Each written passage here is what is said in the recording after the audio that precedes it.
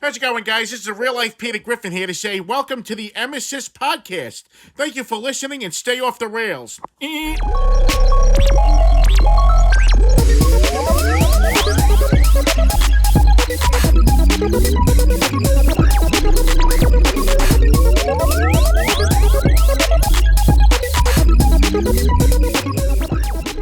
Hello and welcome to the EMESIS podcast. Remember to stay off the trails. Just like Peter Griffin said. Yeah. Yes, just like our good friend. And just he's like our anime fan on prom night. Our good He's always Griffin number 9. Yeah. It's like bubble wrap popping addictive. Do you guys like Mighty Number 9? Yes. I've never played it. I've never played it, but either. it's a good game because I like Mega Man, so it's just like Mega Man, so there could be nothing wrong with it, right? That is true. And it also had Aaron Hansen's face in it, which... Did it really? Yeah, there was a part in the stage where it would go by so quick and you could see a grump head. I thought you meant like his actual live real life face. They mo-capped Aaron's face like Death Stranding to put him in like Mighty Number 9 takes off his fucking helmet at the end and it's literally just like Egoraptor's head. That would be awesome. They 3D render it David Cage style. That'd be horrifying. The game always looked like they were like, okay, we're gonna do like a Mega Man follow-up, and they did all this weird shit with like dashing like at a certain time to collect like points, and it's like, does anybody play Mega Man for points? Like, not really. Oh my god! Aaron had to put over $2,000 in the game to get his face in there. Wait, so he paid them to put him in the game? It wasn't even like they reached out to him? I thought it was going to be like a promotional No, they had to put $2,000...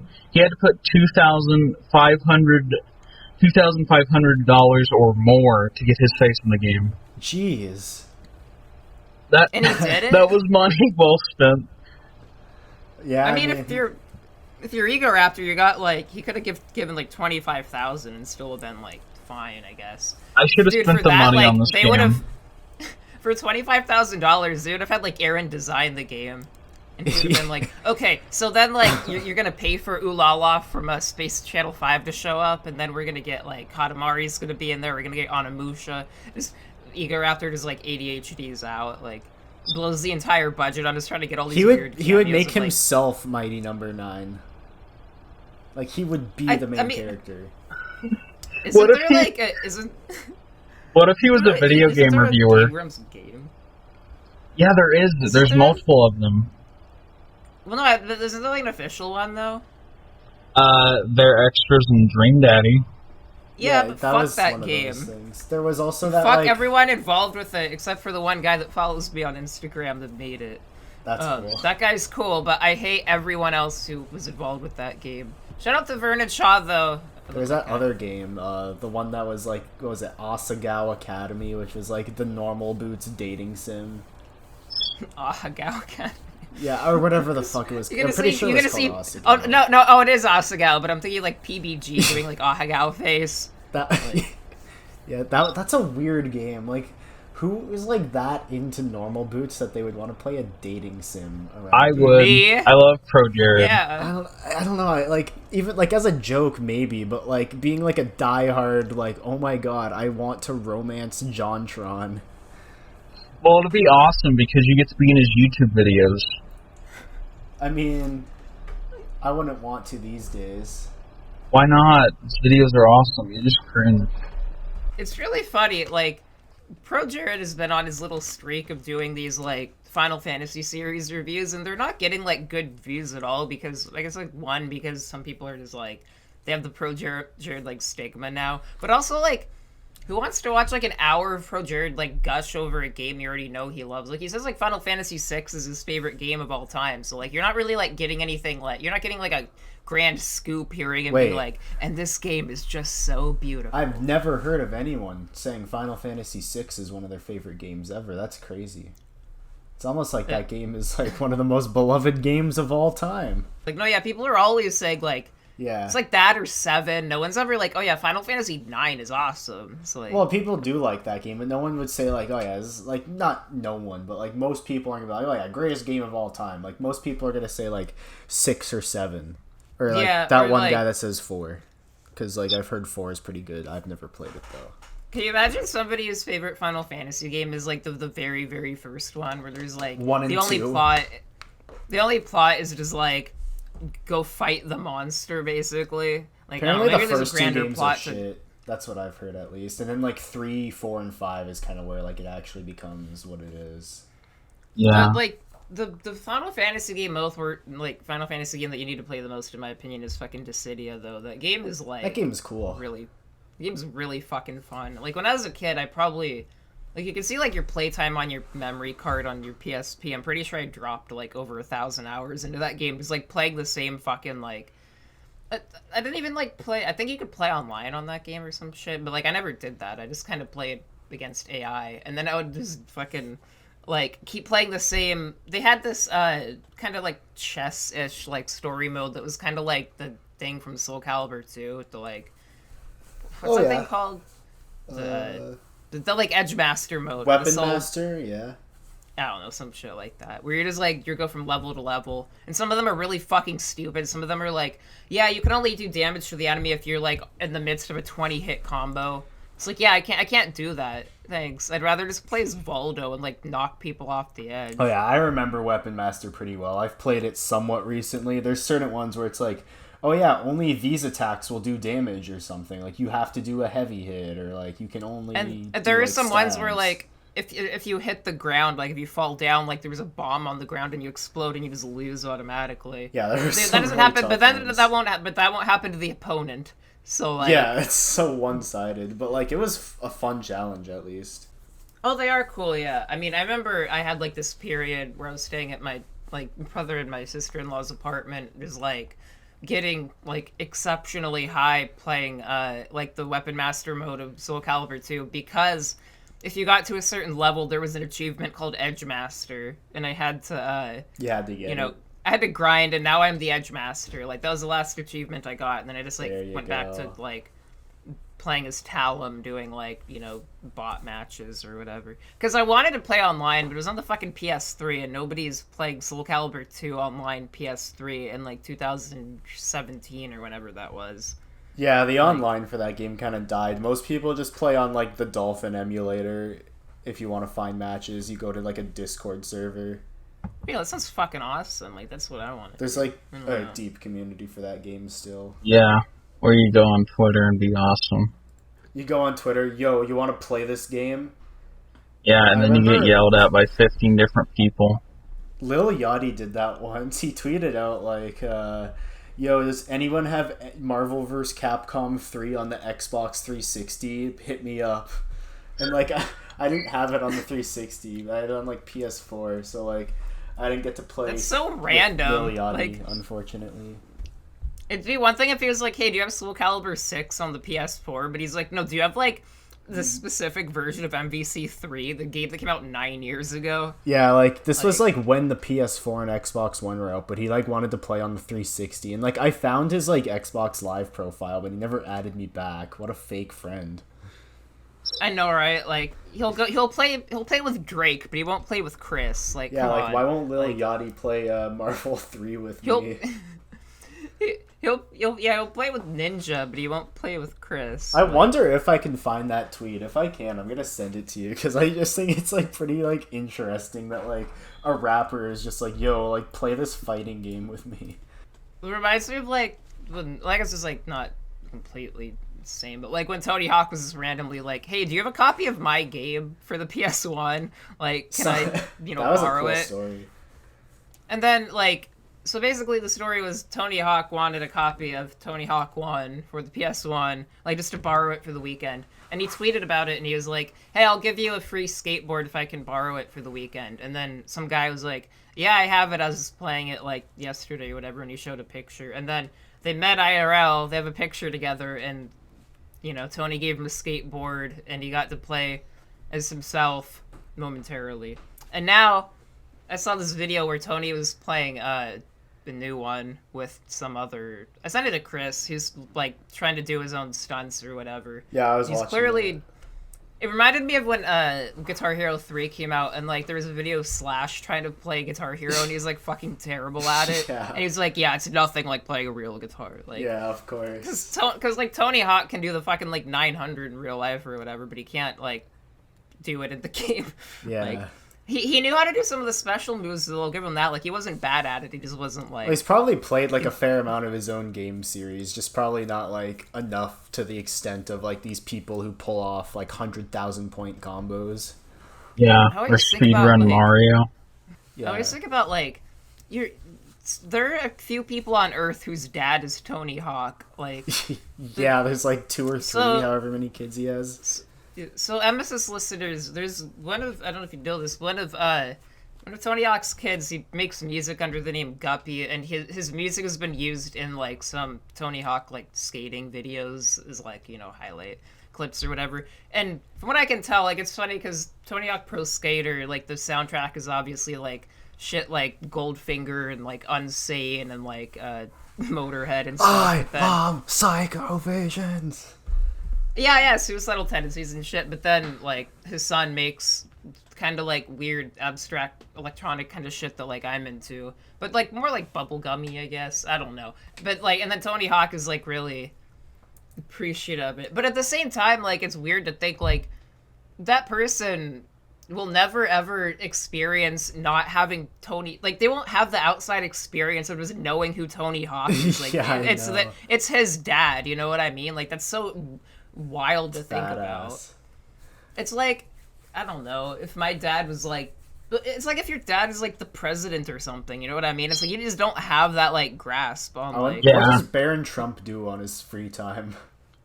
Do you think Fortnite probably. Do you think that, like, if you were, like, to the child to, like, the president, do you think, like, there could be, like, enough stuff to where, like, you could order, like, say, a game company to make, like, a video game character, like, 15 feet taller than it should be? You could just like pay off the devs to like make the game like to your standards. Yeah, like, You yeah, give like you give CD Projekt Red like political influence in exchange for like Gareth or whatever his name is, or Garrett being like 10 feet taller. You're like, What yeah, we this need game in would be video better games. if I was a kaiju. yeah. God, that would be fucking amazing. I mean, honestly, if I was like the son of the president, I would be like, yeah, using my influence to be like, hey, can you like just keep, I don't even care if they're shit. Keep making a new Persona game like every year. Like just keep it running. Here's like 10 million, or here's like, you know, $50 million just like per go year. Just keep it nuts. going. Yeah, they're like, Hell, like, I just keep, wonder, like, like, just Baron expand on the Trump. same games. Baron Trump Please probably, put like, me at plays the end. Fortnite. Please put me at the end of every PewDiePie video. PewDiePie would take the money. PewDiePie gets political influence. They like after all of his like you know all the articles about him, he starts like getting paid off by the like. The Trump It'll basically family. be like the. Yeah, it'll basically be like Netanyahu's like fucking little, you know, corruption payoffs, except it'll be with PewDiePie, where it's like, okay, now like Vulture is actually writing articles about how PewDiePie is good. Like, they're like, actually, PewDiePie has totally redeemed himself now. He's like, you know, he's doing stuff with Jack Black. I think about that sometimes, actually. I think it's funny that like PewDiePie is like eternally canceled by like most, like, I mean, not many sane people, but a lot of people on the internet. And then like, but Jack Black can do like a charity live stream with PewDiePie, and Jack Black is still like absolutely beloved. Yeah, or like, like- what is it? You'll have certain people that like just can't be canceled. Like, you can't cancel Howard Stern or like the Cumtown guys because like, I don't know, that you just can't. But then like PewDiePie, like, What? Well, it's because they everyone's have too much watching of a him. groundswell. Like PewDiePie is too like popular. Yeah, I think. guess like he's got that mainstream appeal, like especially back in the day. Like the thing about Cumtown is like if anybody listening to this doesn't know what Cumtown is, you absolutely don't know what it is. Like it's just like a fucking like podcast mostly popular like in like the shit posty like parts of the internet or whatever. We're not Like, it's ripping them not- off, but we're kind of influenced and inspired by them. I don't even I'm know who they are, influenced. so. well, the two of us are definitely, or at least I'm definitely very influenced in the sense that like I like their free flowing structure. It's not just like Yeah. We should get we should like do random stuff in our podcast, like have like a video play in its entirety of like. Yeah, we're just talking, and then all of a sudden, a video just starts playing. like over us, like we're still talking, and then like it just starts playing like Family Guy, like Adam West talking. That'd be so funny. Just That like you're would be listening to a funny. podcast, and that's like that's actually just part of the podcast. Like we don't like make it like an obvious joke. Like it just happens spontaneously. Like I think that would be pretty fun. You know what we should do? We should like pretend we have a soundboard and I'll like pretend to play a sound and then we like laugh at it. But then I put it in later. It's like Lynchy. It's like Lynchian. It's like we just have to pretend it's there. It's like filming Blue's Clues. Like Yeah, it's like Minecraft with gadgets. It is. like, oh my god, listeners, if you have not seen it, please go on YouTube right now. Look up Minecraft without gadget and Actually, don't because it's playing on the screen right now. Okay. Yeah, it actually is, but also like watch the whole thing. So I'm not going to play the whole thing. It is the most like it is the most bewildering thing because it's actually like perfectly accurate to how Mike shot it. So It's I mean, so it's awkward that it isn't awkward anymore. So it's literally in the title. The person like they took the original like shot of the couch or whatever, and then like superimposed that over where Gadget is. So it's just literally Mike like looking to his left or whatever, talking to what would be Inspector Gadget, except Inspector Gadget is not there. And then Wendy's like, "Oh yeah, you ready, Inspector Gadget?" There's just like a long pause that shows like where he would be. It's fucking incredible, but also really kind of like frightening at the same time, to say the least. Didn't somebody recently found out that like he filmed on like a 24 frame camera? So, oh my like... god!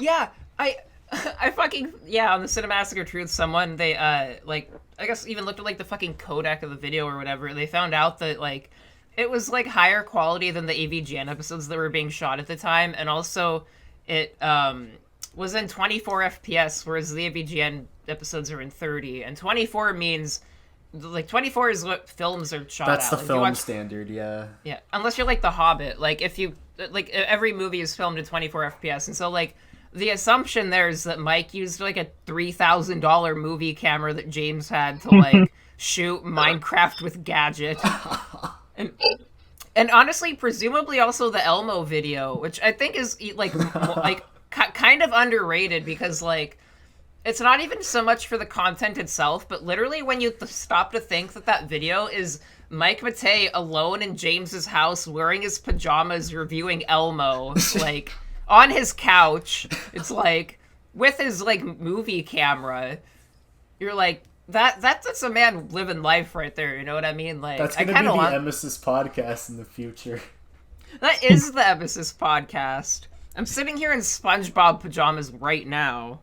Like, we're Mike Matei, basically. You're just talking to yourself, and we're, like, you just think that we're here talking to you. Let's talk about the Travis Scott burger. Chris, I love the Travis Scott burger. So, someone on Twitter, like, posted a video where they, like, went into a McDonald's and they asked for the Travi Patty with extra sicko sauce. And so now whenever I talk about this burger, I call it the Travi Patty because I think that is just so stupid. Is that the hype beast version of that like Rick and Morty McDonald's freak out where the guy like jumped onto the like fucking counter and was like No, it's not really that. It was just like a dumb joke between some friends. But yeah, I guess. Okay, good. I thought like a guy went in by himself and was like being really like, "Hey, can I get the Travi Patty?" And they like kick him out, and he's like, "But I didn't get the Travi Patty." I mean, I could do that, but I don't think we have Travi Patties in Canada, even though it's literally just a quarter pounder with bacon and cheese on it. Honestly, you could probably literally. Then you should ask for a quarter pounder. Yeah. Just be like, "Can I get a quarter pounder? Can you put bacon on there?" And they're like, "Yeah, probably." Yeah, like that's all it is. Because like you know what it is, right?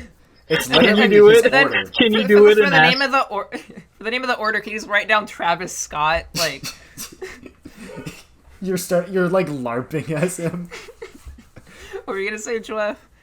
I was gonna say like, what if like you recorded like them and like you asked like, can you please, I beg to God, that you call this the Travis Scott burger for my YouTube channel? I swear to God, I need this money. Can you please, if I say that I have the Travis Scott burger, will you give me this quarter pounder with bacon? And then that's the entire YouTube video, uploaded in its entirety. And you don't even get to see the burger. Okay, so here's the whole thing, though. For like, I'm pretty sure most people are aware about the crossover right now. But yeah, it is essentially the hype beast Szechuan sauce thing. But the order, it's literally just like, it's what he used to order when he'd go to McDonald's, like a customized order. Because I guess like some people like to do that when they go there. They'll have like, oh, I'm gonna get this, but I'm gonna, you know, add extra pickles to it or get lettuce. But add extra McFlurry to my chicken nuggets or whatever. yeah, so it was like, it's a quarter pounder burger. It's got bacon on it, and then what else? It's got the fries that come with it, but you don't get ketchup. You get barbecue sauce because he likes to dip his fries in barbecue sauce, and then you get the Sprite. Superior choice. I mean, yeah, barbecue sauce is Kino. It goes off, and so I can't blame him. But then it also comes with the Sprite. Unfortunately, the Sprite does not have codeine in it, but I'm sure you could just bring some with you. And... Wait, I didn't even think about the Sprite elements of it. That's so funny. Yeah, like he definitely used that Sprite to make lean.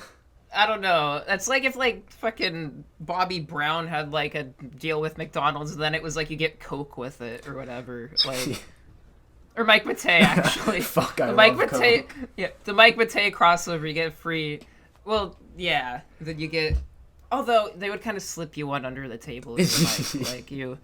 Yeah. If you're Mike, you just show up and you're like I would like one Travis Scott burger in like gadget voice, and then they're like, okay, Mike, we'll give you your dime bag if you just like leave us alone again this time. All right, but we got to think about like we're gonna brainstorm. What are some? Wait, no, hang on. Before we get into that, I wanted to have an anecdote about the Travis Scott burger. I saw this video of somebody they went up to a McDonald's where they had like the posters outside, and they ripped off the Travis Scott burger the poster and just ran off with it. It's merch.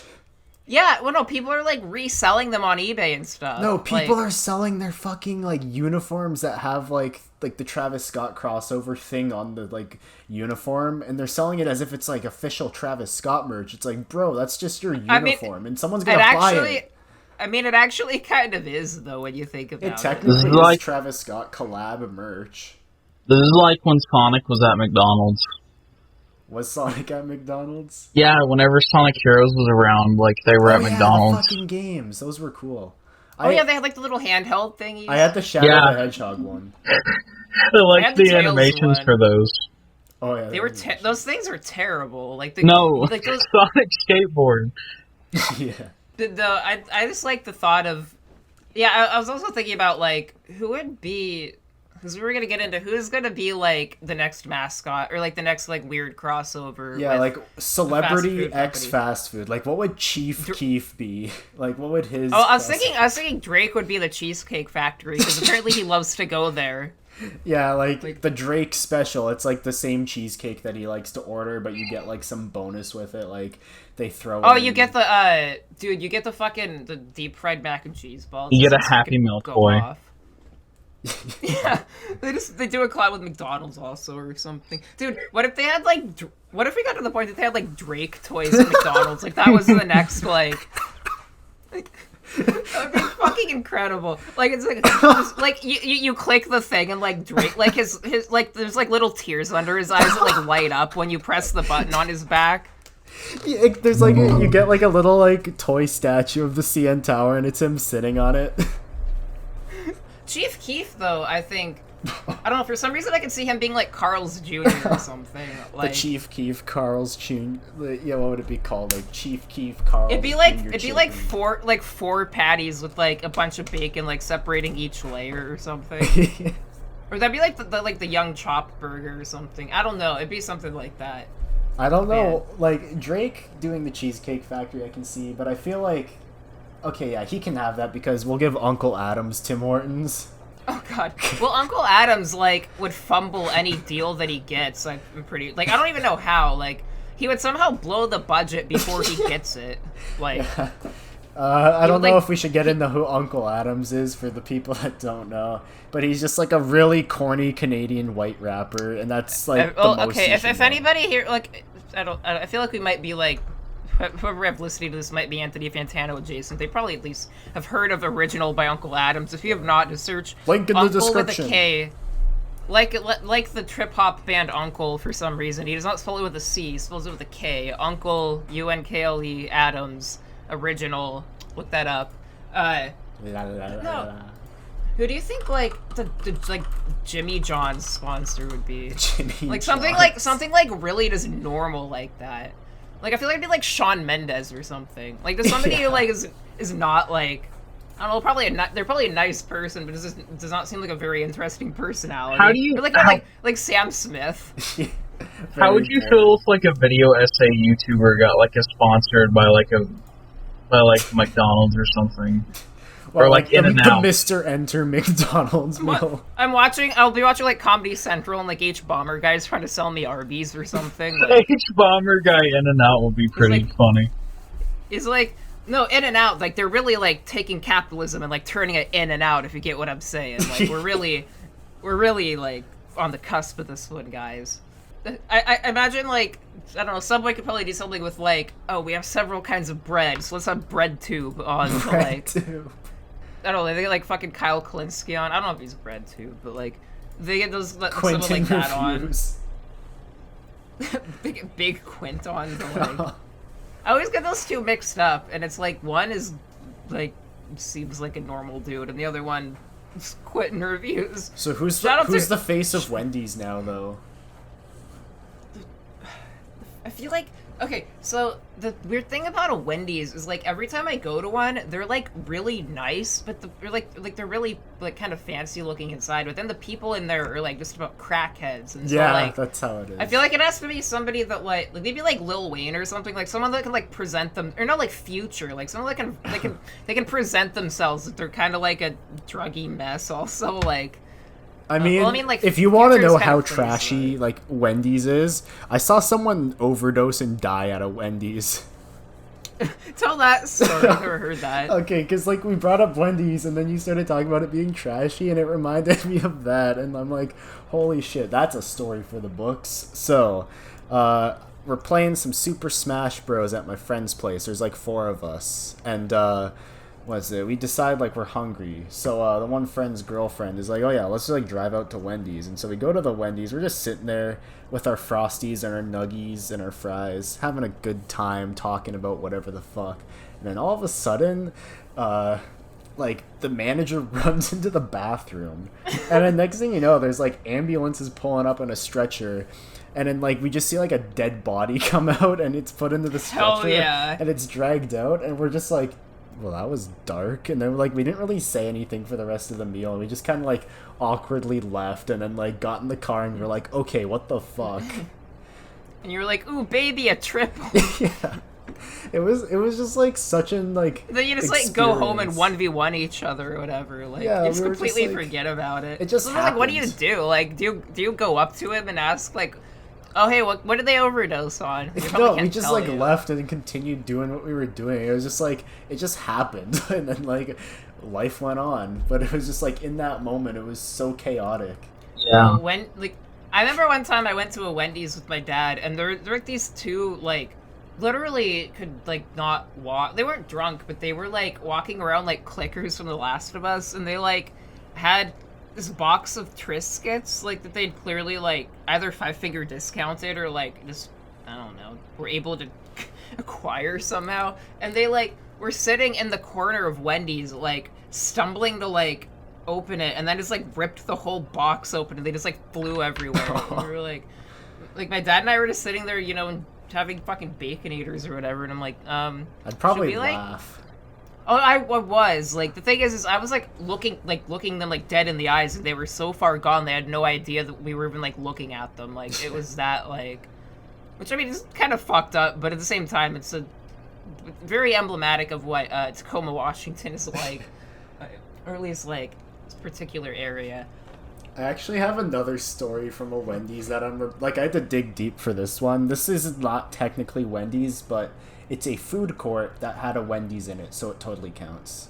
Like, I'm definitely counting this, but there was like a little arcade in this food court, and there's like one of those like racing games, and there's it was like a motorcycle. You're like sitting on a motorcycle controlling the racing game. You've probably seen something like that at an arcade before. Oh yeah, like Hanger On or some shit. Yeah, and so I'm like 4 or 5, and I'm just like sitting there eating Wendy's with my parents, and all of a sudden this like kid is like trying to like climb onto this thing. I guess he just like was like kind of left on his own. And next thing you know, he like falls off and splits his head open. And like all the way open. Like he split his head. It was like kind of bloody, and he's like screaming and crying, and like my parents and I just like finished up quickly and left because it was like, Jesus Christ, we don't want to be here right now to see this. Well, like, what do? Do you go up to him and you're like, hey, are you okay? Yeah, like, I don't know what it is with like people like, you know, like either like getting injured or dying at Wendy's, but I've had like 2 experiences where like the paramedics have shown up to a Wendy's. Maybe it's because, like, every other fucking, like, fast food place, their little mascot or, like, their logo is just, like, some random thing, but Wendy's is, like, a person, like, creepily smiling, so maybe they're, like, giving you the impression that it's friendly. Then you go there, and everyone's fucking dying. Or you fall off of an arcade machine and split your head open. I hope that Did kid's they okay. have Donkey Kong there? Unfortunately, no. There was no Donkey Kong. Can't play Donkey Kong? No, this arcade was Can't play Nintendo game? Yeah, they just had like an NES in the corner. Yeah, you can play Mario 2 and 3 all at once. At the same time.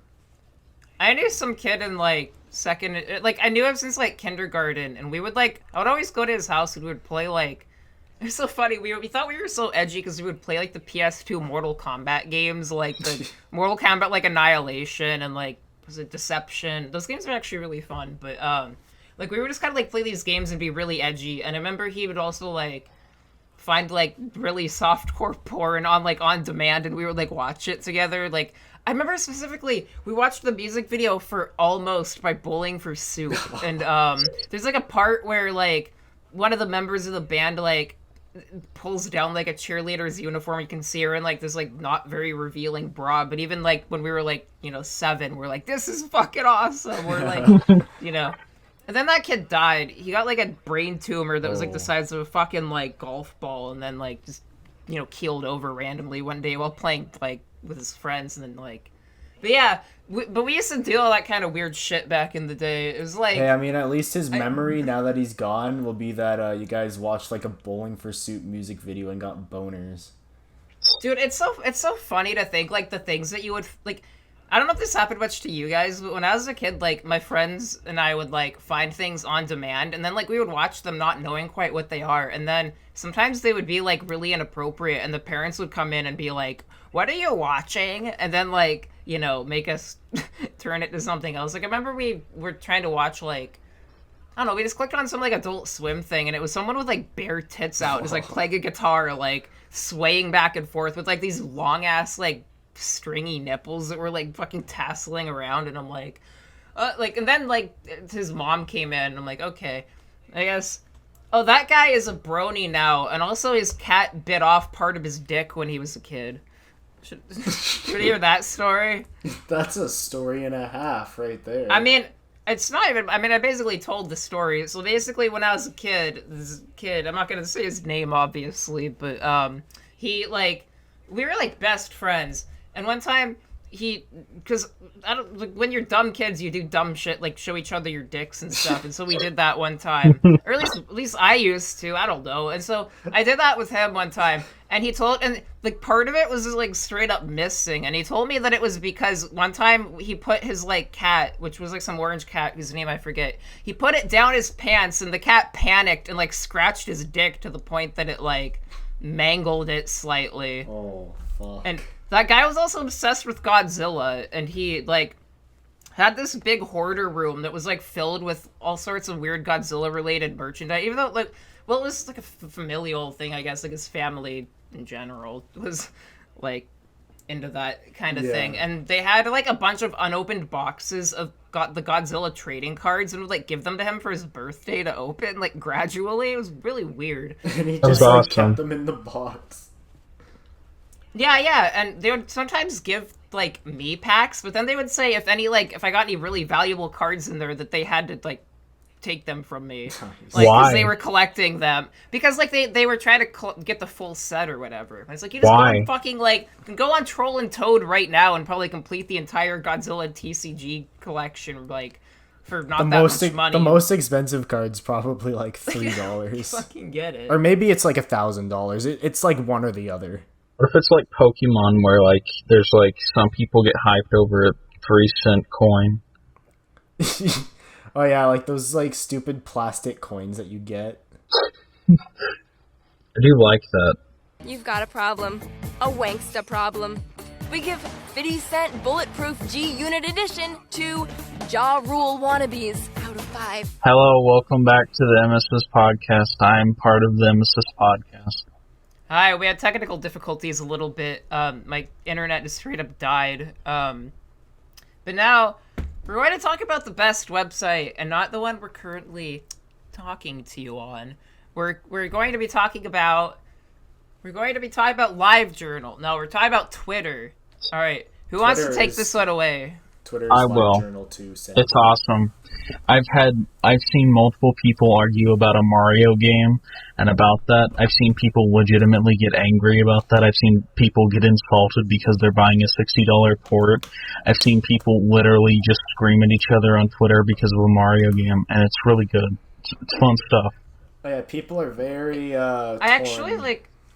I've been really wondering about that. I keep bringing up Mike Matei, but he actually like presented the same argument that a lot of these fucking people are, where they're like, "Why are you paying $60 for a port when you're gonna be getting all the games that, like blah blah blah?" And it's like, I don't have fucking over like $120 to shell out for all these games individually. If I can get them for $60 and they're in like better like fucking, I assume Mario 64 on Switch runs better than Mario 64 on 64. Like, I know there's weird collision issues and, like, there's no BLOJs, but, like... If you're just casually playing, it's probably, like, the most Yes, if you are ideal way. casually playing, but my argument is that this is that I don't want Nintendo to do this again. That's my entire argument. Is that yours, or is that what people are saying? Everyone else just doesn't care. I don't think that they care about Nintendo doing this again. I think they're just mad that they can't play Mario Sunshine for like $1. I'm fine with like if this is a one-time thing, then they could have it like $100. I don't care. But if they do this with like Zelda, could you imagine like Ocarina of Time being resold for $60 because of its legacy in the gaming community?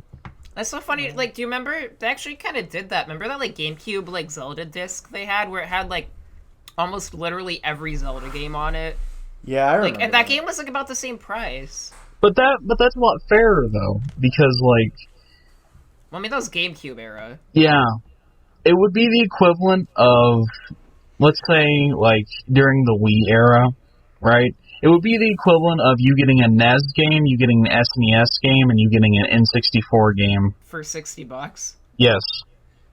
If it was well, the it Wii is, era. yeah. That's probably about right. But, well, I don't know, though, because, like, Sunshine itself costs more than... Yeah, but that's not the thing. The reason that it costs so much is because Nintendo didn't put it on the Wii U. Yeah, I mean, they didn't. I don't think they should have, yeah. I mean, mean, I agree there should be, like, a GameCube let's say this virtual much, right? console. Let's say this much. Let's say Sonic 1, right, was like $60. Do you think that Sega should like resell like the entire classic collection for like $60 because Sonic 1 in and of itself on Genesis is $60? Well, no, I guess not. That's my argument. My general argument, though, is that a lot of, like, we're at the point that people don't even have Wiis now. Like, there are people that are so young they, like, didn't grow up with the Wii. Like... Yeah. I mean, there are people, I have a lot of mixed opinions about there are this. people that are 14 right now when the Wii came out. Yeah. You know what I mean? Like, that's where we're at. So, like, of course, like, there are going to be a lot of people that, like, I don't know. I think it's... I don't agree with the price point. I think it's, like, if they sold it for, like, $40, I think Or maybe that'd even be, like... 20, I think that's fair. Yeah, I don't same know. price. Yeah. As, I mean, I like, think they should, like, ideally, to me, it should be, like, 10, but, like, if you're gonna sell it for anything, like, I don't fucking know. Like, I'd even be fine 40 paying is less 40. egregious. I think They're it would. selling it like I it's think a it would have full-price modern 100%. game. I think it would have been 100% fair if Mario 64 included the DS remake and That would Galaxy be 2 interesting. and 3D Land. Then I think that would be fair. Plus, Yeah, because every that's, like, game would more have to stuff, run. Yeah. Plus, every game would have to run extremely well, and there will be little flavor art, and concept art, and manuals in full detail. Which is the one that they're bringing, like, they're doing a, like, modern, or not run, they're bringing it to Switch, and you said it's, like, different. It's 3D World. Yeah, I don't know if it was Land or World. Like, what are the differences? Like, I've 3D never played Land that is a game, 3DS game that is designed very differently from 3D World. Yeah, Oh, I the know. same I've game. seen gameplay of both. I played a little bit of 3D Land. It's alright. Like, I kind of like it. I mean, the It's thing not- is that I don't want, like, games like that to rot away just because, like, they aren't seen as amazing. Yeah, Oh, because, well, yeah, like, here's nobody- the like, thing. Fucking There's the Street Ubisoft Fighter. isn't going to be making, like, fucking platform games. Like, I have the Street Fighter Anniversary Collection, and it's got every, like, arcade release of Street Fighter on it. Street Fighter 1's a garbage game, but they acknowledge that it's not a great game, but they put it in there because it's part of the, like, history of the game series. Well, it's like that Sonic Gems collection has, like, Sonic the Fighters in it. That terrible Yeah, Sonic and fighting Sonic game R. where you can beat it with one fucking button. Yeah, they like- put it in there, like, that Gems collection, because they're games that are, like, hard to come by. And And even, Yeah. what's like in 3D Blast, which, like, isn't very good either. Like, yeah, they include that all the time in, like, the Genesis collections. Cause it's a piece of history. Like, why not include it? I just feel like, yeah, actually, I do agree. Like, if they're gonna do, like, a fucking Mario collection, why only 3 games? Like, it goes back to that Zelda disc. Like, if you look at the fucking list of games on that thing, it has, like, just about every Zelda game ever on it. Like, or, like, the ones that people want to play that weren't, like, new on the, like, GBA at the It had time. Zelda 1 and 2, I'm pretty sure, and then it had Ocarina of Time, Majora's Mask, and it came with a demo for Wind Waker, before Wind Waker came out. That's I actually think. really cool. Yeah, exactly. And it cost, like, probably less than the fucking Switch Yeah, but the like- thing is that was like at the time, like, on the GameCube era, you're getting 2 N64 games, plus some NES games, plus a demo for the upcoming game. Yeah, that was such a cool deal for the time. Yeah, and that's what I think collection should be. You should be getting a steal when you get a collection. Yeah. Well, that's what I think is so cool about those, like Atari and, like, people like that. Like, they're, like, classic arcade things or whatever. You pay, like, I don't know, $10 and you get, like, every game they've ever made. Like, that's awesome. And, like, they're usually worth it for even just, like, one game. Like, I think probably the Atari Vault is worth it for Tempest. Like, Yeah, that game holds up very well. well, I haven't played the original in a while, but Tempest 2000, man, absolutely. But no, I agree with those, like, bundles. I kind of wish they would do more of those, but, like, I feel like almost, like, Nintendo's doing the first one I remember in a little bit, and they're almost setting a bad example by just being like, yeah, we're going to, like, just give these 3. Like, I never really thought about the fact that they're only giving 3. Like, Yeah, there's and- no way they couldn't also fit, like, even just, like, fucking upscale, like, Super Mario Bros. Or, like, new Super Mario Bros. On DS or something. That's something I'm really upset about, is that they have not ported any of the new Super Mario Brothers games beside, like, literally the most derivative one. Yeah, like, the I think Wii U I think the game. first one is a great game. Like, Yeah, it That- did a lot of cool stuff, and then they forgot about I that. love, like, the blue shell and stuff. Like, that game is really, like, it's really thoughtful and a cool, like, update on, like, the formula or whatever. And now they're just like, no, we're gonna, like, I played the one on the Wii U, and it was literally just, like, so much more of the same game. It's Like, just it a was very not, they didn't do, simple platformer. I really dislike It is- that because, like, Mario 1 to 2 to 3 to World are so different. And while, Yeah, like, they're all World worth playing. World is pretty much just Mario 3, but, like, quote-unquote better, it still has a lot more differences. It at least looks different than, like, 3. Even just having Yoshi as a mechanic. Yeah.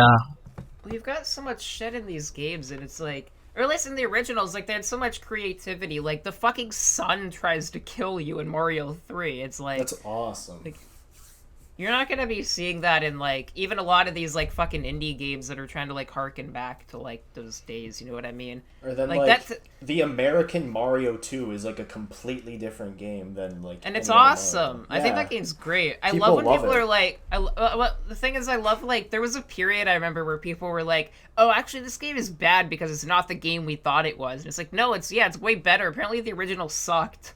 Like, I played a little bit of Super Mario 2 in the like, Lost Levels. they yeah, called it. and it's not, it's fine, I guess, but it's, like, really stupidly hard in a way Yeah, that, like, I liked that so much because, like, even though it was, like, a completely different reskin of, like, another game, there's a lot of unique stuff in that game. yeah, there's not many other games like it. Well, like, I don't think, like, usually when you jump on an enemy's head, they die. I don't think of many other games where you just jump on their head and you're, like, on them and you pick them up and throw them at things. Like, that's cool.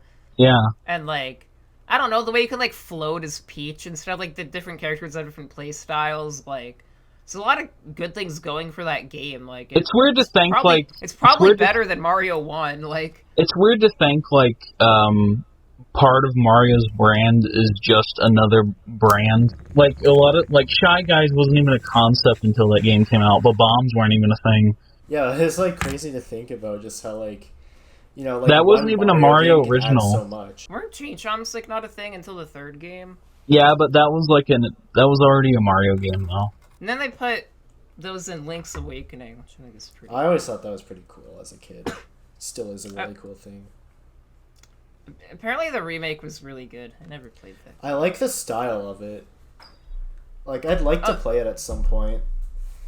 Honestly, like, I feel like kind of a Zelda pleb because, like, I've played Ocarina of Time, but I've never gotten past, like, the Goron village or whatever. Like, that's, like, when I always stopped playing by that point. But, like, as a kid, I couldn't even make it past the fucking Deku tree. Like, I was a fucking dumbass kid, I guess. Like, but to be fair, when you're, like, 5 or 6, they expect so much out of you to be able to, like, know, like, okay, you gotta burn the web, and then you shoot the thing to get the thing, and then you, like, drop down, and then you, like, I don't know. When I'm, like, 6, it's like, I just wanted, like, Mario 64 is not that complicated. You just, like, jump around until you get coins, and then you get a star. I mean, to be fair, like, there are people out there playing, like, Breath of the Wild speedrunning when they're, like, 5.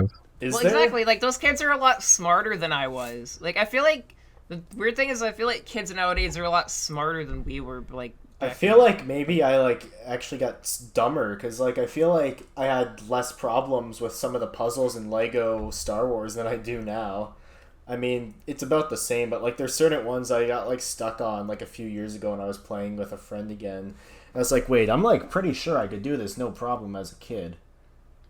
Well, it's weird, because, like, I'm really terrible at, like, general video games. Well, not terrible, but, like, I can't really play many games past, like, just fucking normal difficulty, but then you give me, like, Guitar Hero, and I can, like, expert mode that shit. Not to, like, not like Asai levels or anything, but, like, I'm pretty, like... You're a competent player. I'm a competent expert player. Like, I'm playing expert mode, and that's, like, as far as I can get, but, like, I don't know. Like, even a game like, Bulletstorm, which was, like, pretty easy, I still died a few times, like... Dude, oh my god, the game that, like, I just about, like, fucking threw something the amount of times I kept dying because of how bullshit it was fucking... I don't know if I ever talked about this on the pod, but I beat Duke Nukem Forever. You talked to me in DMs about it, but you should tell about it. Like, it'd be a good story.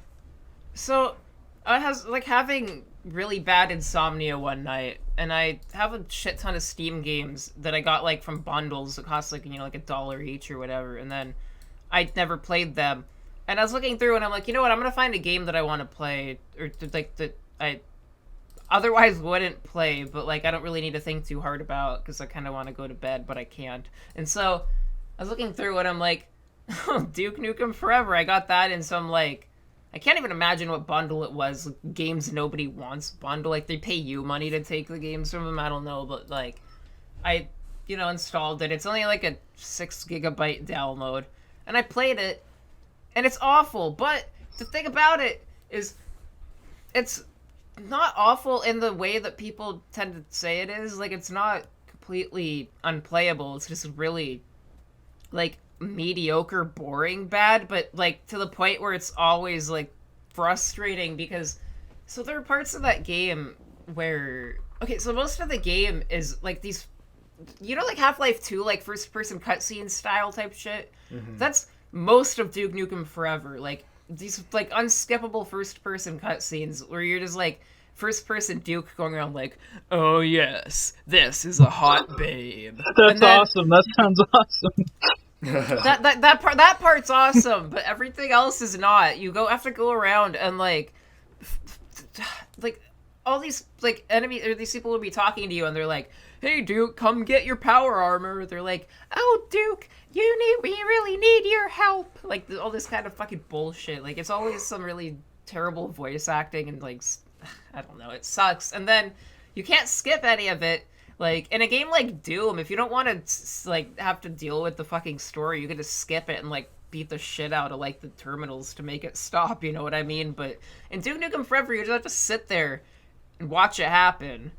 And the actual gameplay itself is, like, using really unsatisfying guns that, like, have barely any impact at all, like, except for the shotgun, and even that barely does. And then, like, the enemies kind of... They don't bullet sponge, but they shoot way too much at you and stuff, and you can only really recover by filling your what's called your ego meter by like doing all sorts of things. Like you get points if you like piss in a urinal, if you like you literally there's a part of the game where you like open a toilet and there's a piece of shit in there and you like pick it up and you like start throwing it at the walls and stuff and you get points based on that. There's also these terrible mini games. There's one that's like the worst possible pinball game you could possibly imagine from like a physics standpoint. It just like it doesn't feel natural. Like I like virtual pinball a lot, and that one feels like absolute death compared to like a good pinball table. And then on top of the terrible shooting, there's these car segments where you get shrunken down to like. So there's the shrink ray in Duke Nukem, and you get shrunk down to, like, tiny size. And then there's, like, a tiny RV car that you have to, like, operate, which, first of all, I don't know how, like, an RV car would have, like, the internal parts for it to have a person be able to operate it like a normal car, considering there was not supposed to be a normal, like, a tiny little person inside of a normal RV car or whatever. But, like... It just has the worst driving physics in the world, and you hold down right click to like advance forward or to like speed up, but then when you do that, your car always inevitably like flips over and then you just die. Like you get out and then all the enemies like shoot you en masse and kill you. And then there's terrible like first person platforming all the time. Like platforming? Like Mario? Yeah. Duke Nukem is the Mario of shooters. Dude, I wish it was like Mario. It's terrible. It's literally like there will be like these suspended like silos in the air, like on like, you know, or like crates or whatever, and you have to jump from thing to thing, and you like, as Angry Joe once said, you feel like you're floating on a pocket of air. Like that's what he said when he reviewed the game, and he's absolutely right. Like the controls are so fucking floaty. Like so obviously there's like worse games from that decade. Yeah. Like, oh well, the thing is, it's like I wouldn't even put it in like the top 50 worst games of the decade. It's just like boring bad. What's the like, Can you please name all top 50 and give like video essay like on each of them? Yeah, right now we're gonna be here for like 2 hours. No, 15 years. Ride to Hell. Oh god, yeah. I always like people kind of like.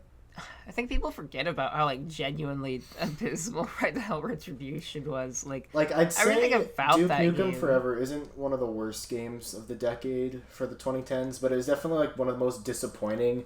Not necessarily for me, but like there's a lot of people from the generation of when like the Duke Nukem games came out that were like waiting so long for this game, and like it finally comes out and it's just like nothing.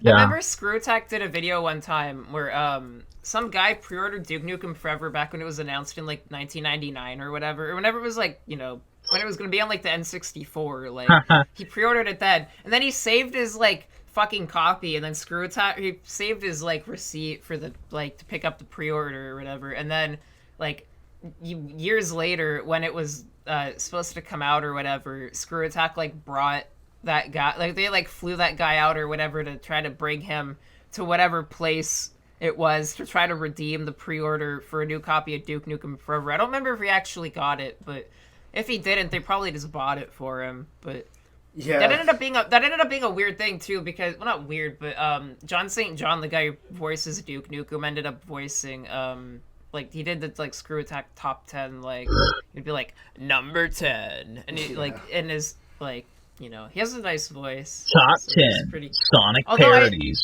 Although I miss the old like Screw Attack although I mean I miss Screw Attack in general, but like they had that voice that was like number 10. I don't know. Good era. I don't even It's know like if anybody when, listening even remembers Screw Attack, but I used to love that fucking jam. I loved Screw Attack, and then like that was like where Death Battle became a thing. I'm pretty sure. I was never like a huge Death Battle fan, but I remember a lot of friends liked it. I never like the thing is I always thought Death Battle was like the most cringe thing on the channel, even when I was. It's not cringe. You're just a hater. I never got into it. I think it's really stupid. I don't know. No, I did. I watched Epic Rap Battle Kid. I watched. Oh my God. Epic Rap Battle. I need to like really quick as an aside. I had this written down. Who do you think would win in a rap battle? Mike Matei is Inspector Gadget, or Doug Walker is Melvin Brother of the Joker. Didn't we do that last episode? Did we? I'm pretty sure. Yeah, you're just recycling content. Okay, but I'm still thinking about it. I'm pretty sure. To it.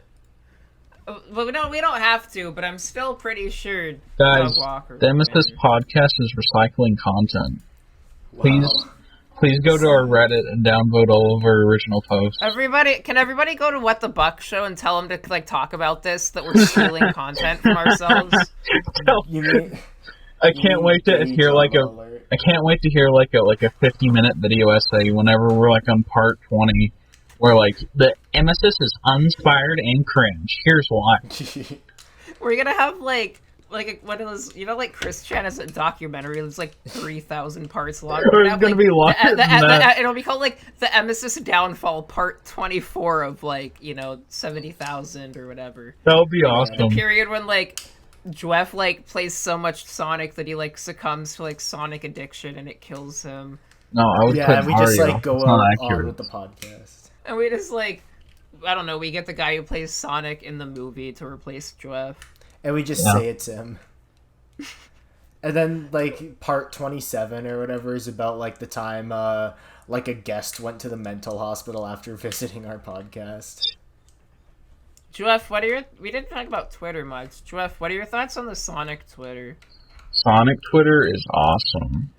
Remember that time yesterday when, someone got mad that, these people that make Sonic fan games were accepting optional donations to their like game dev company or whatever. I mean, I think that's fair to get mad over. I don't know. I feel like it's fine to accept donations. Like if people want to support you, they can. Like they don't have to. Like I think that it was not done in a good way. What they should have done. The person that did that is behind the Sonic Roboblast remake, who got that started.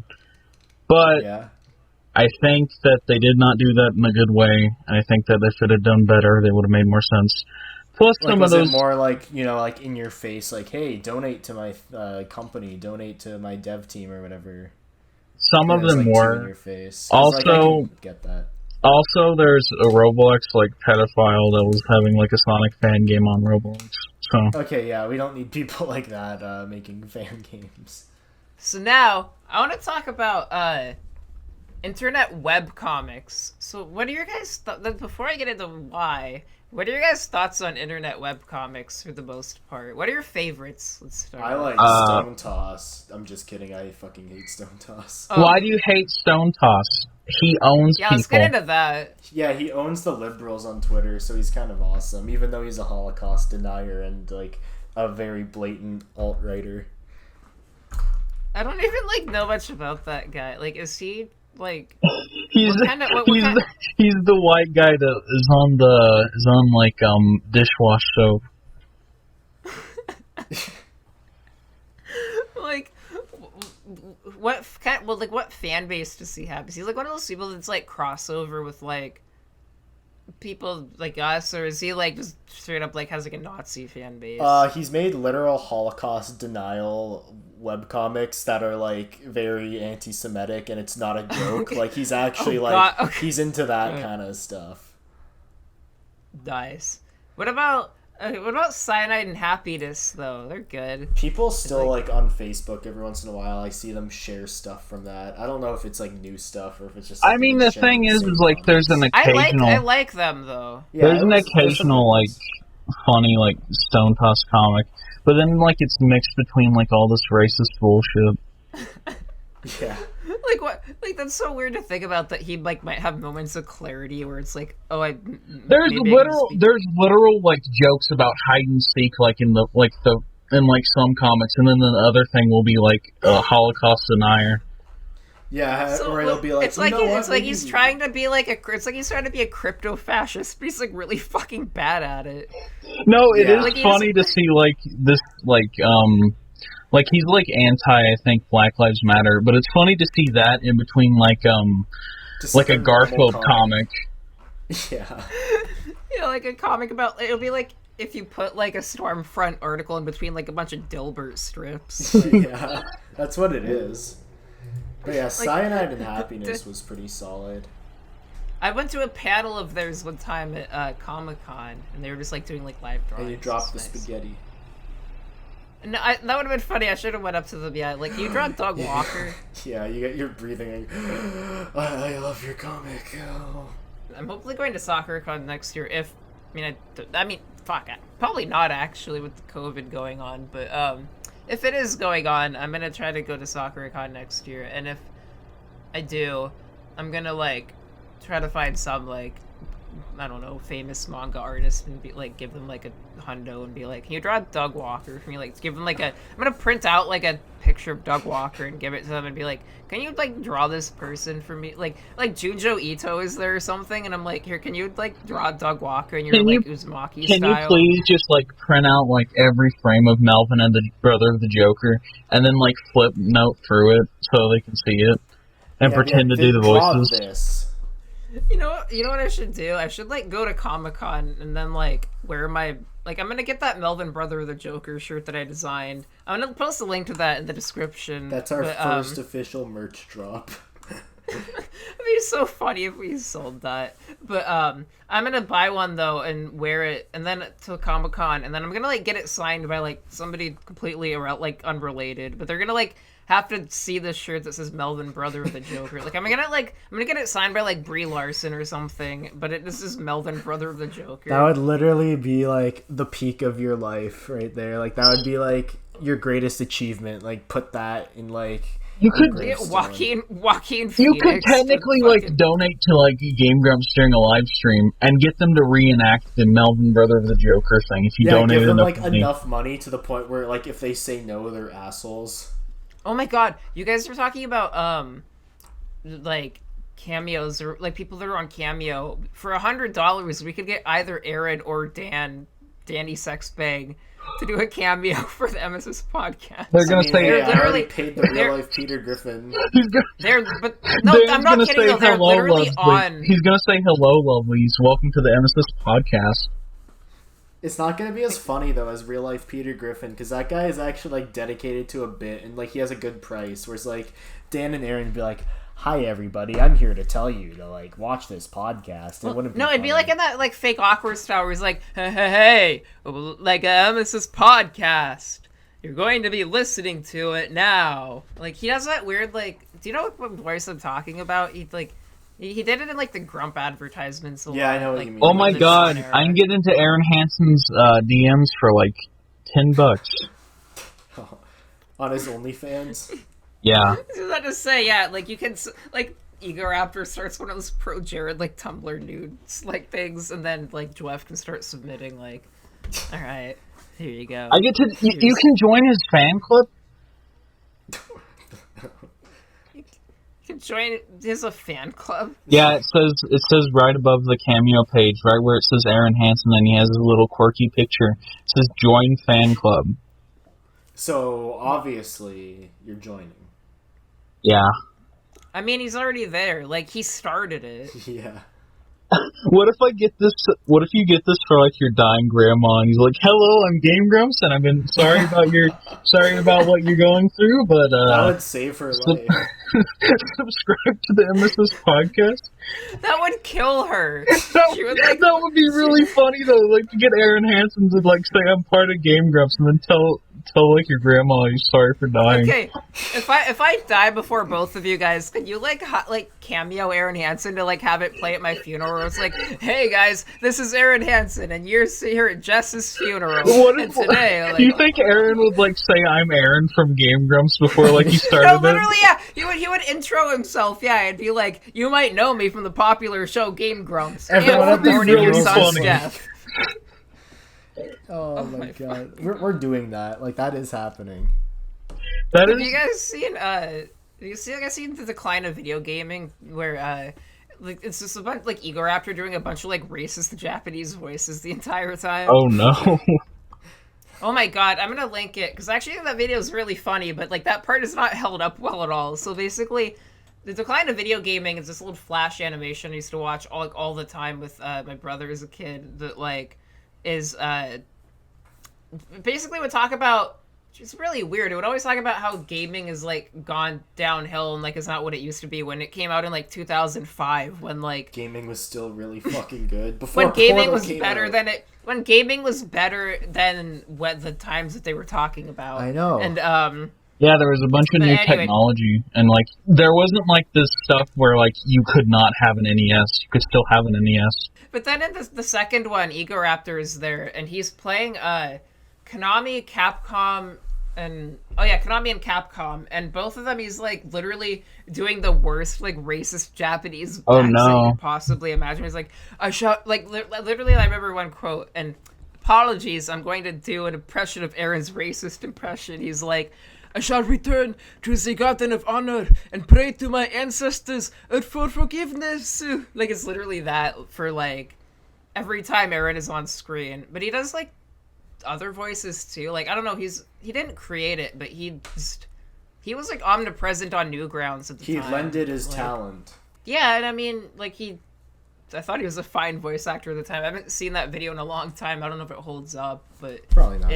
I remember finding it really funny, and might. I like remember quotes from it all the time that I still think are funny. So like it probably still. Did you quote it like some people quote brawl taunts? Oh my god. People quote Dude, no, I quote Scatman John because I like those Mario 64 blooper videos. What if there was Honestly, a parody of gaming? I want to know genuinely. I think I've looked it up, but I still don't know the answer. Like the origin of why Scatman John was in all those Mario blooper videos. Because was it like just that one person did it and everyone else was like, okay, we got to do it too. Like yeah, and I think it just like I was want a to domino know effect from there. Like I think it was just like one person, and people copied that, and then next thing you know, people just like thought that was like the thing to do, so they did it, and then it became. It's weird because like I've saw like this happen with like a dude that used like like an edited like version of like the Mario 64 model recolored, and like apparently that guy made like the term Squidward torture porn, which is like used in every SpongeBob review. What? Wait, including Mr. Enter? Yeah. Yeah, because Mr. Enter says the Squidward torture porn. Yeah, like, so apparently like a dude that made like a recolor of the Mario 64 like model whenever he was like reviewing the top 20 worst SpongeBob episodes coined the term Squidward torture porn. Wow. That's very interesting. And that's like a thing that like the cartoon review circle uses. It is funny though to see Mr. Enter use like word like torture porn.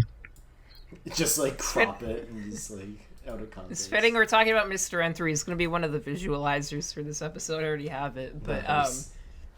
But no, that's so funny. Oh, like these cartoon reviewers. The thing that I don't get is like, I'm pretty sure the whole reason that there's such a thing as Squidward torture porn, or as they like to call it, is like that a lot of the people making the show, like especially SpongeBob, kind of like see themselves as Squidward, especially in like the Krusty Krab scenes. That's my interpretation, like because it's like Squidward working a shit job and hating his shit job, so you know, real. wanting to like.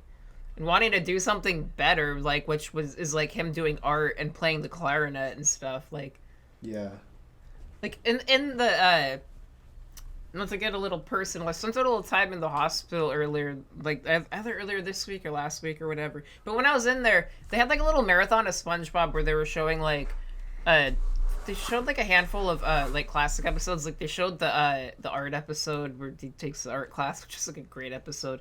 But then they also showed oh yeah, there was an episode where Squidward starts a symphony. Like he sees that they're starting a like it was a newer episode. Like it's not a like not a classic. It would be like what Mr. Enter considers like a yeah, a modern SpongeBob episode or whatever. But it was like Squidward wanted to be a part of this, like he wanted to compose a symphony for this orchestra, and like it was clear that like this was like his dream instead of like, you know, working at the Krusty Krab. And I kind of saw that as like the creators being like, yeah, we'd rather be doing this than working at like the real life equivalent to the Krusty Krab, you know what I mean? Yeah.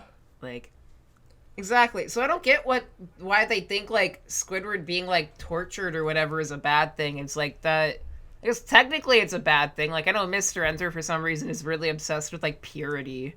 Like like I don't even know a shit ton about Mr. Enter, but the biggest thing I know about it is that like he has this very bizarre obsession with only with people being good guys, and it's like, did something happen to you?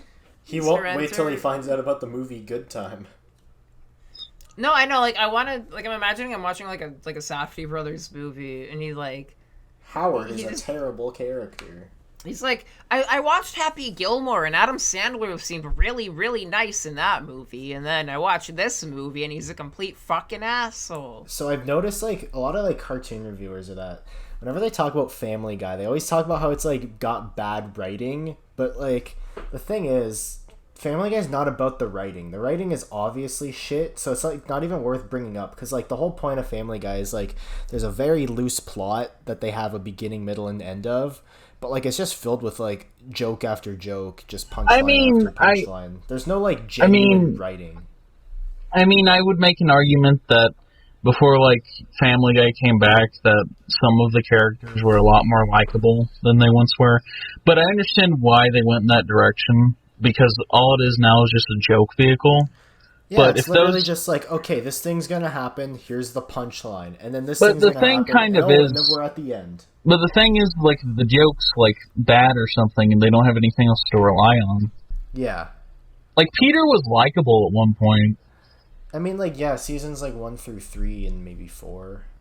I still think there's some, like that episode where Peter pretends to be mentally handicapped just so he can, like, do all the dumbest shit imaginable. I mean, I don't think that, like, newer Family Guy episodes are, like, bad or anything. There are, like, funny ones, but, like...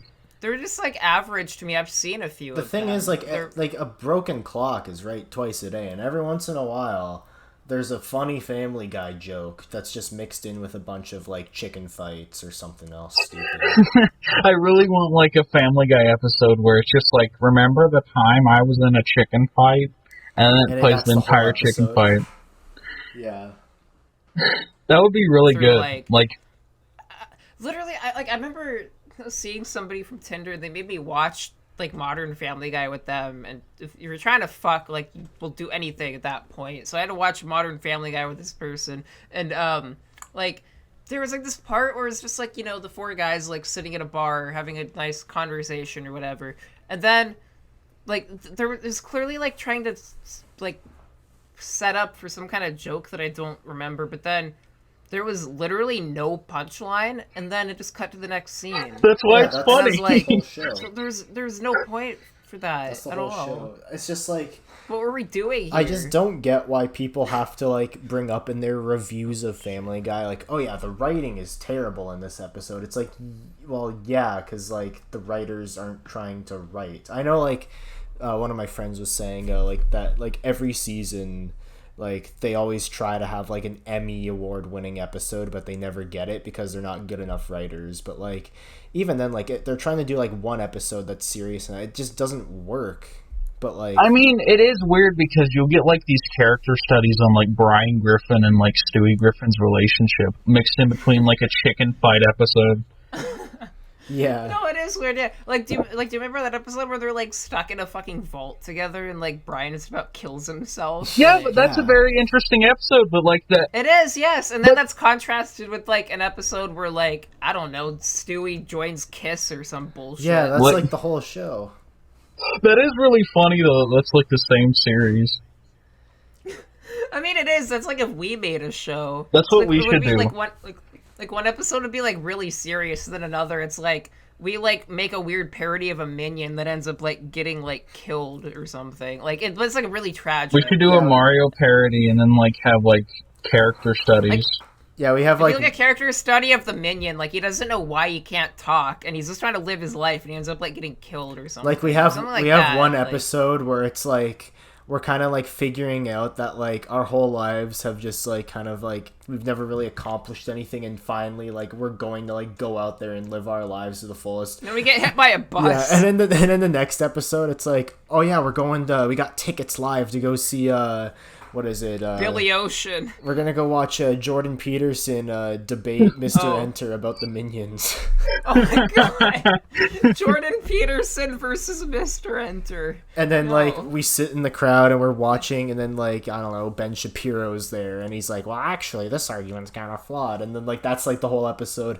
And then the next episode is just a recap episode, and then the episode after that, like someone dies. Like that would be our show. It would just be like every episode's just like very contrasting of like what happened in the last.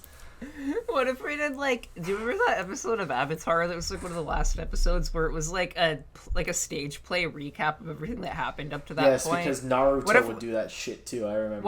What if we did that for the EMESIS podcast? Except like every single character was like it was like Ben Shapiro, all one take. He's on stage. He keeps changing clothes for every. And he's pretending to be us. Like he keeps changing into each one of us, and he's like, "Welcome to the EMESIS podcast," and then he'd like change his clothes. And he's like, "And I'm Jweff," and then he changes his clothes. He's like, "And I'm Chris," and then like he just doesn't know. Like, I would watch it.